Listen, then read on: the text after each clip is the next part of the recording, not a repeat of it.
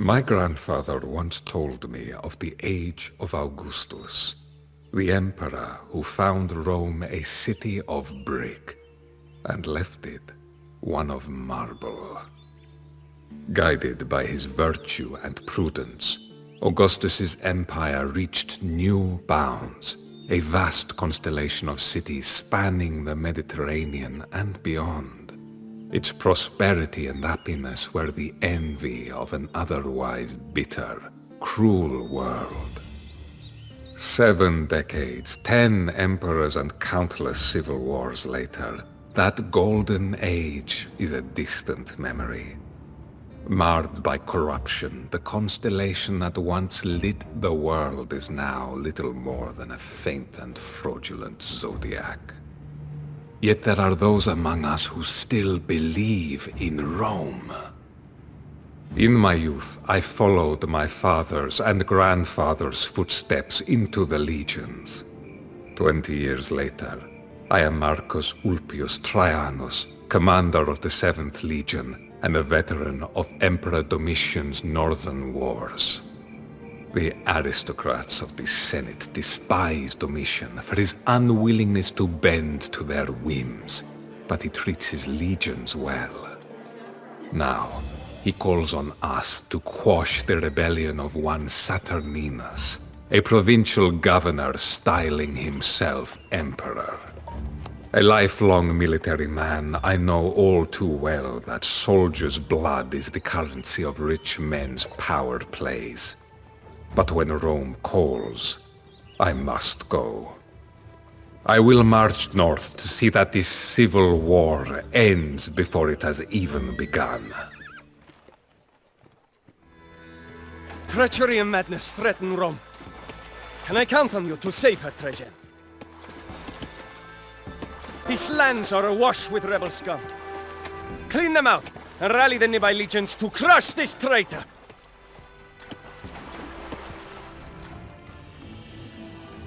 The Emperor has always treated us well. We will not abandon him now. Many thanks, Trajan. These reinforcements were sorely needed.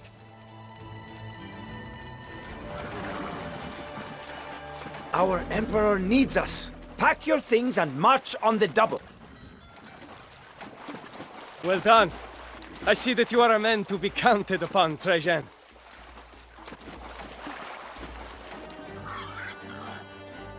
I tire of usurpers and civil wars. Let us teach this rebel governor a lesson.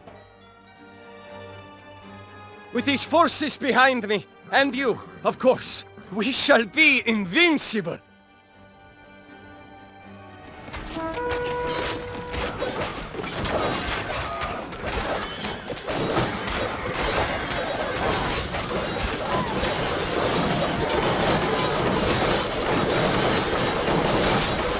Trajan, kindly send those rebels' heads my way.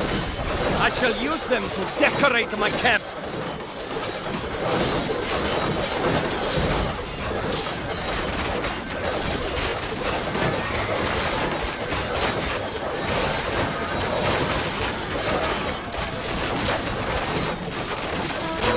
Tyrant, madman Domitian. End unjust reign.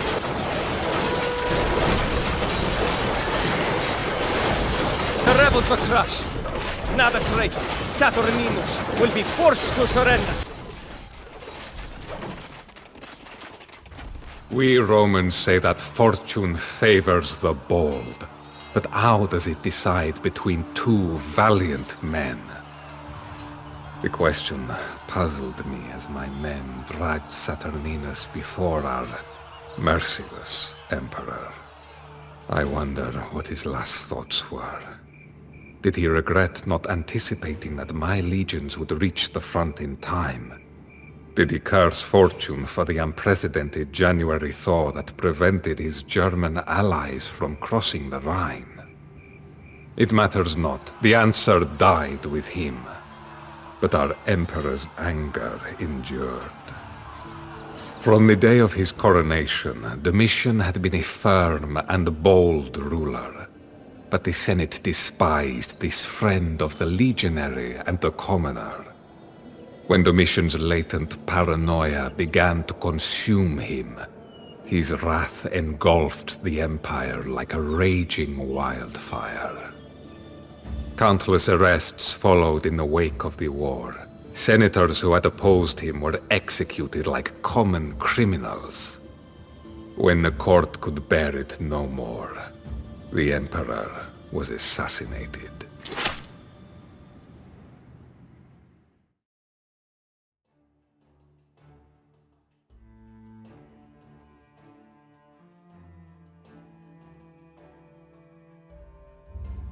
Domitian's successor was a good man, but a poor ruler.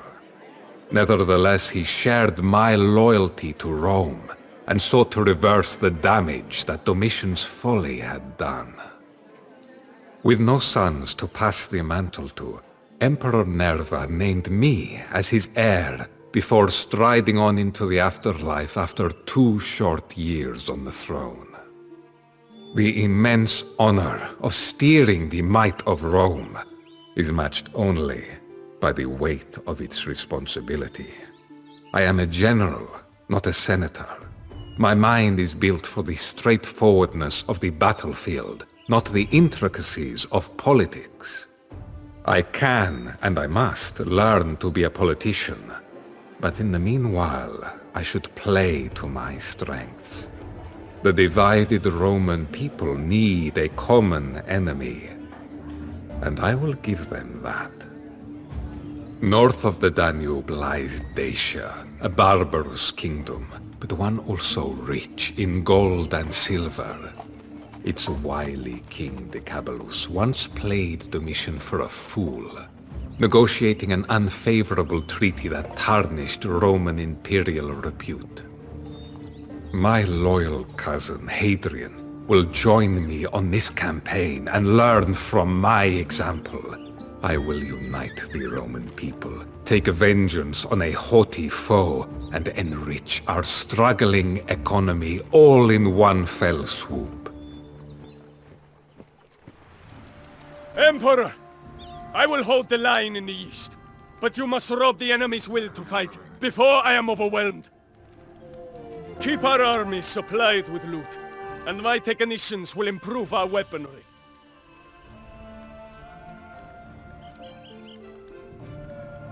Look out! A Dacian ambush!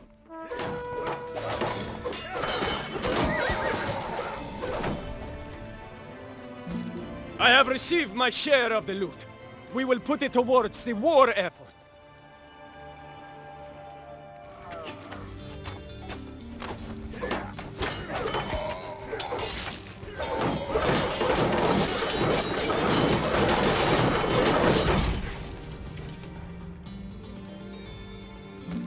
I have received my share of the loot. We will put it towards the war effort. Domitian tried to defeat me once before. Let us see if you are up to the task.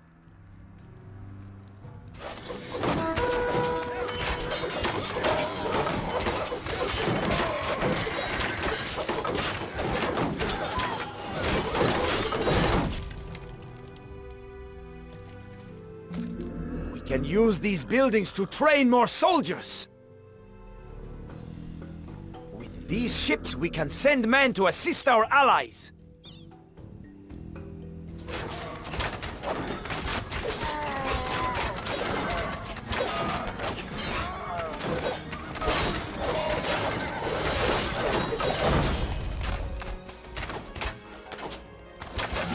I have received my share of the loot.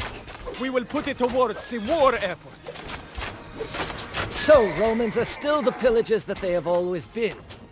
I will personally hew your throat with my blade.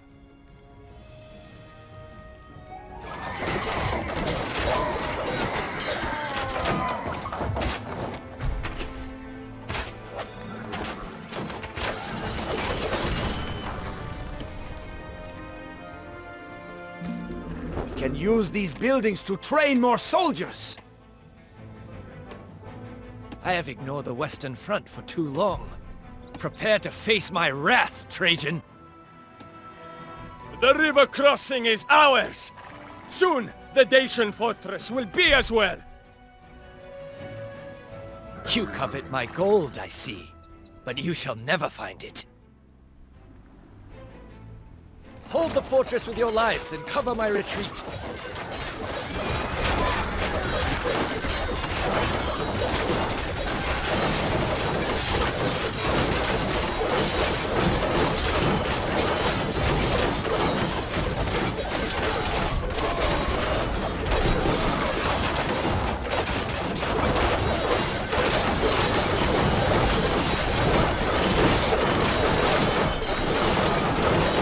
Tantalus is nowhere to be found, but we have captured his sister in this fortress. Now, he will surely surrender. Peace between Dacia and Rome was the story of one man's panic and another's bluff. As Decapulus saw my legions thrust into his realm and capture his sister, he must have feared that the end was near. Yet my imperious tone and stern demands during the negotiations were a mere facade. With only a few legions on the front, I knew in my heart that I lacked the strength to overthrow Decapulus today. But he did not. For now, the conman has been beaten at his own game. But I know better than to trust a cornered wolf. As we march home after a draining campaign, I have tasked my best architects with building a bridge across the Danube into Dacia. If Decapulus shows even a hint of treachery, my legions will now have a direct route to his front door.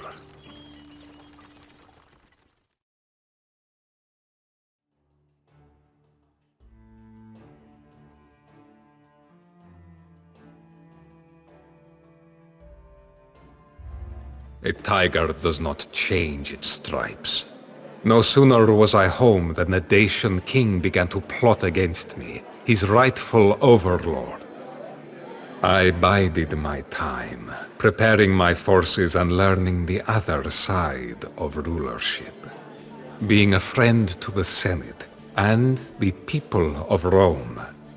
Yet when news spread of a hostile alliance beyond the Danube, I kept a watchful eye on Dacia. And when my guards caught would-be assassins sent forth by the Dacian king, I knew to expect war at any moment. This campaign will be different from the last. The Dacians know they cannot face Hadrian and I in the field, so they will hide in their mountain fortresses, hoping for us to tire and leave. Amateurs speak of strategy and tactics, while professionals look to logistics. Dacia will not be conquered by a decisive battle. It will be conquered because Hadrian and I can sustain 14 legions and strip the Dacian forces of their supplies. Decapulus, my false friend. Heads will roll. This foul snake shall slither north of the Danube no more. Vengeance and Dacia shall be ours!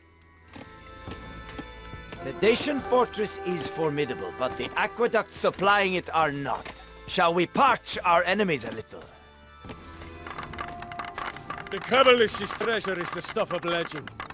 We should find it and bankrupt the wily king.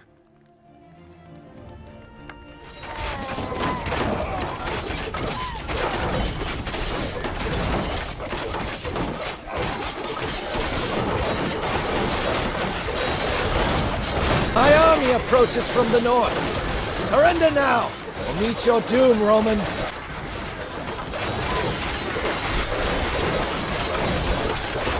You Romans are all the same. Seize my rich land, and all that you will do is create another ambitious governor.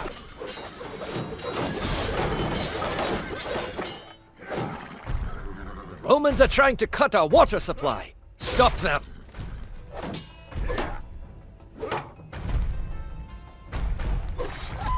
Look at this.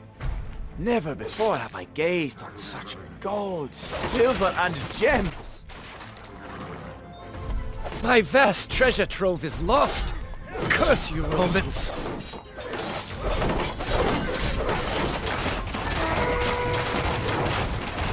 A second aqueduct is destroyed. One more to go.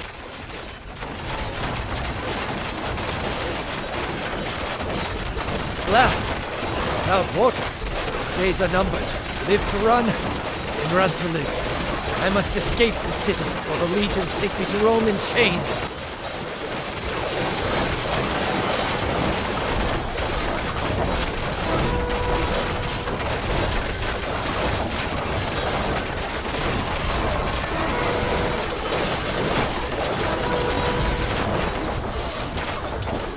The Dacian king has taken his own life.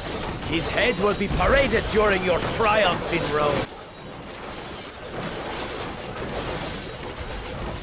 To the onlookers that had gathered, I appeared to take my success modestly, acting like I had been there before. But inside, my heart swelled with pride as I rode through the gates of Rome in triumph. To be loved by one is gratifying enough. To be loved by thousands is indescribable.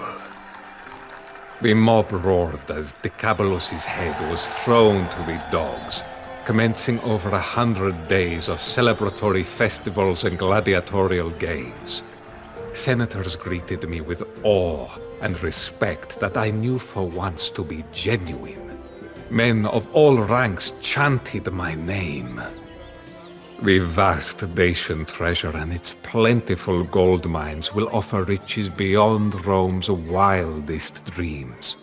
My mind races with thoughts of the greatness that I, and more importantly, Rome, can achieve with such wealth. Still, the age-old maxim echoes through my head. Look behind you. Remember, you are just a man.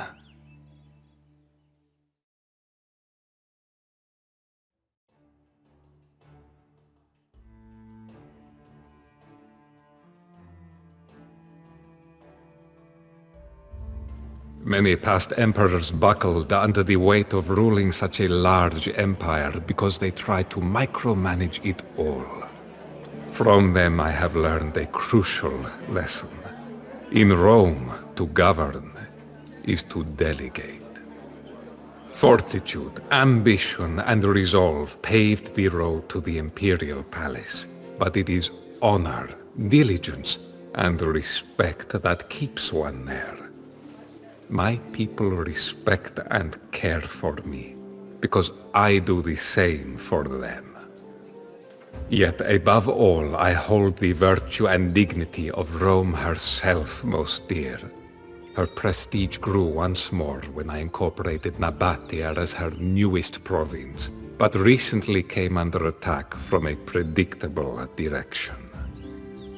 For decades, an uneasy peace between Rome and rival Parthia was hallowed by joint influence over Armenia, a state that served as little more than a buffer to diffuse tensions. Now, the Parthian king Osroes has broken this agreement and seized the land for his own. The Parthian army is formidable, but I did not become emperor by building shields after arrows were shot my way. The frontier legions are clamoring for action, and it is about time that we put our nefarious eastern neighbor in its place. Armenia will fall before your vast armies, Emperor. Then we shall crush Parthia together. Armenia is ours now! I will deal with you Romans soon!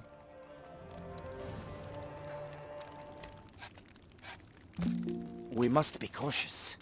The mountainous Armenian landscape houses many dangers. Take these supplies, Romans. Your continued success brings joy to my heart.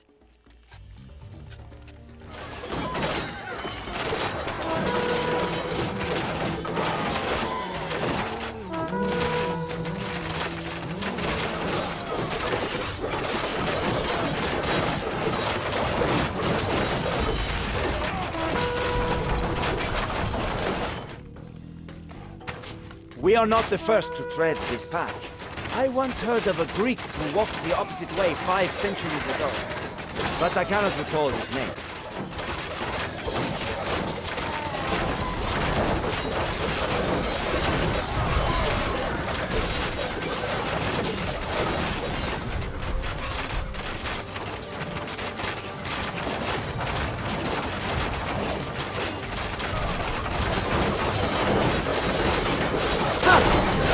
Another Roman army marching through the arid plains.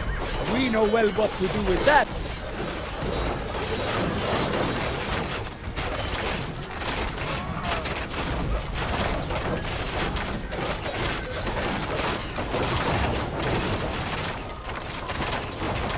That old arrangement with Parthia never worked anyway. Now Armenia will be your newest province.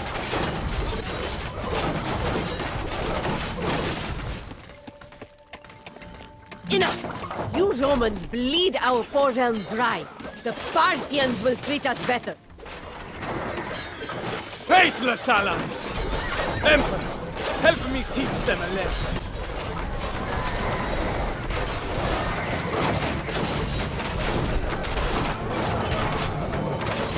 Nabatea is ours once more. Perhaps it will benefit from some firmer administration.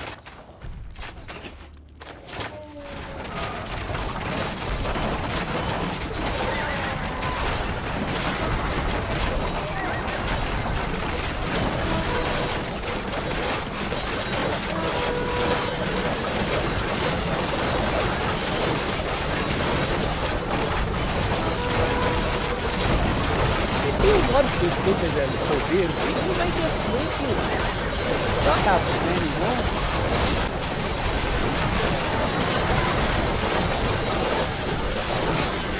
Is Parthian army feeble? Shall we push further east? Despite my hostility towards Parthia, it pains me to fight Osros. His skill as a commander would be the envy of any leader. Yet the discord tormenting his realm overshadows his talents. As he struggles in vain to stave off my invasion, he does so with one hand tied behind his back. I see much of myself in him, and he offers a haunting glimpse into an alternate reality where I was born in the wrong place at the wrong time. Seizing Armenia was an ambitious move.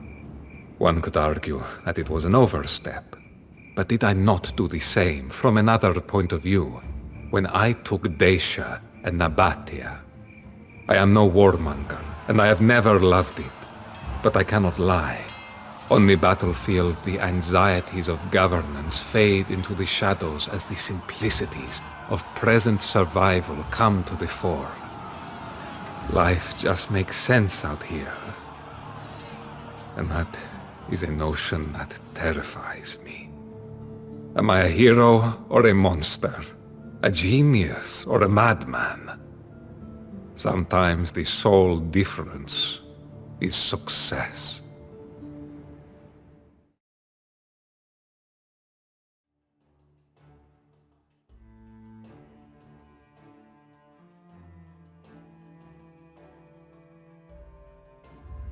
The pages of history are littered with brilliant victors and foolish losers.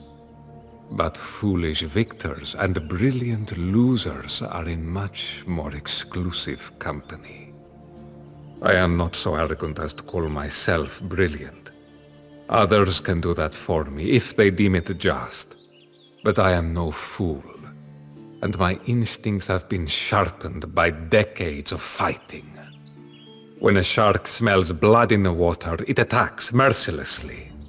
When news reached me of the civil war in Parthia, I resolved to do the same. A pang of pity for Osros struck me as I recalled the strife of my youth. But now that fortune has given me a chance to put a decisive end to an age-old rivalry, I cannot hesitate. Rome knows 2 great seas today, but tomorrow it will know a third. We will seize Ctesiphon, the jewel of Parthia, and stride onwards in the footsteps of Alexander until my legions glimpse the ocean. If I succeed, I hope that history will remember Osros as a brilliant loser. But how will I be remembered? How will Hadrian? How will Rome? I will lead my forces down the Tigris, Emperor. We shall meet by the sea. We are deep in enemy territory and must seize a forward base from the Parthians.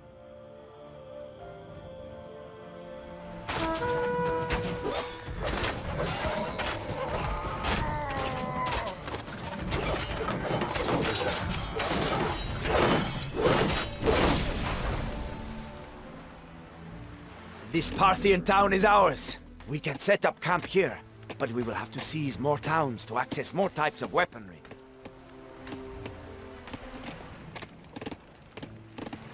This port is the key to Eastern trade. We should oust the Parthians and enrich ourselves.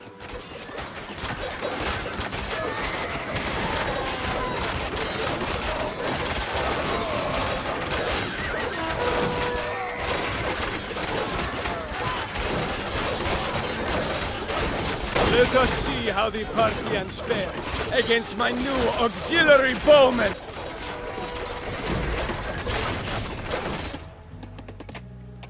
Forward, men! Flood the Parthian capital and deliver our Emperor victory! Soon we will experience the riches of India. A usurper seizes the east, while Romans flood in from the west. Is fate testing or dooming me?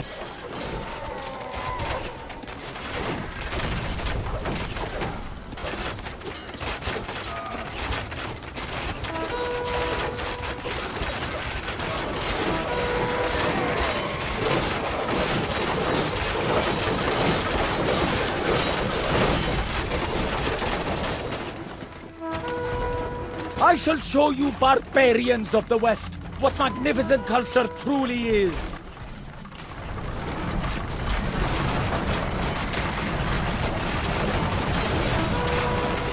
Through the breach, make our Emperor proud.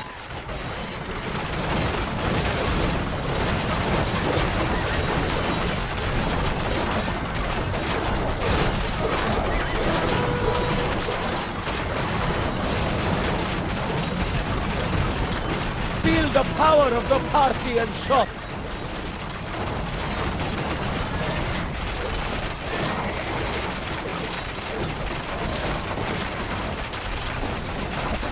The Parthian capital is yours, Emperor. I stand awed in the presence of a second Alexander.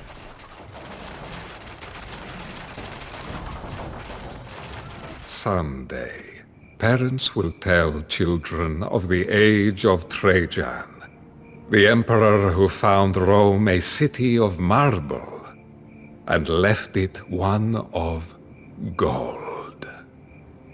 Ironic, then, that I have no children of my own to tell this tale.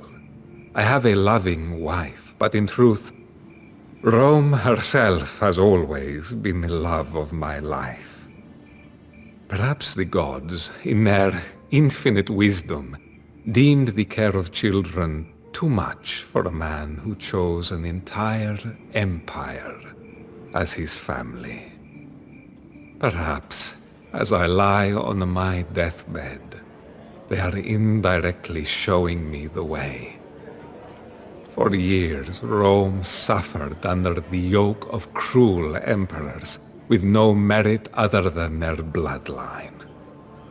Like Nerva, I will now choose my successor by merit. And what better choice than Hadrian, the loyal man who walked in my footsteps, learned from my example, and did it all without a single treacherous thought. The afterlife is timeless, immaterial, and boundless. I gaze towards the men tending my funeral pyre and hear them now call me a god. I look out over the forum that I built, the carved column that tells my story, and the city that is an empire's beating heart. I smile, knowing that I have left these people a better Rome than the one that I found. Yet, at the same time, doubt and dread gnaw at me. Now that I have raised the bar, others will try and match it, and their vain ambition, conceit, and impossible expectations could drag Rome towards the same familiar decline from which I rescued it. Was I Rome's savior? Or its doom?